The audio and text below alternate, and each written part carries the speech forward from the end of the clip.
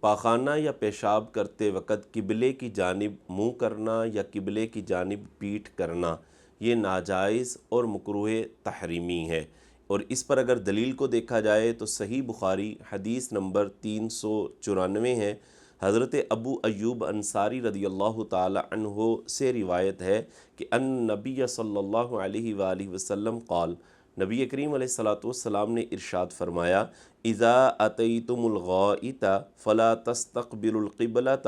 ولا تستدبروها، فرمایا جب تم قضائے حاجت کے لیے جاؤ تو نہ اپنا منہ قبلے کی جانب کرو اور نہ ہی اپنی پشت قبلے کی جانب کرو۔ تو پخانہ یا پیشاب کرتے وقت اس چیز کا خیال رکھنا چاہیے کہ نہ ہمارا منہ قبلے کی جانب ہو اور نہ ہی ہماری پیٹھ قبلے کی جانب ہو۔ اور اسی طرح واش روم وغیرہ بنواتے وقت بھی اس چیز کا خیال رکھنا چاہیے کہ اگر ہم WC لگوا رہے ہیں یا کموڈ لگوا رہے ہیں تو اس کا رخ بھی ایسا ہی رکھنا چاہیے کہ پیشاب یا پخانہ کرتے وقت نہ ہمارا منہ قبلے کی جانب ہو اور نہ ہی ہماری پیٹھ قبلے کی جانب ہو۔ اگر منہ یا پیٹھ قبلے کی جانب ہو گئے تو یہ ناجائز اور مکروہ تحریمی ہوگا۔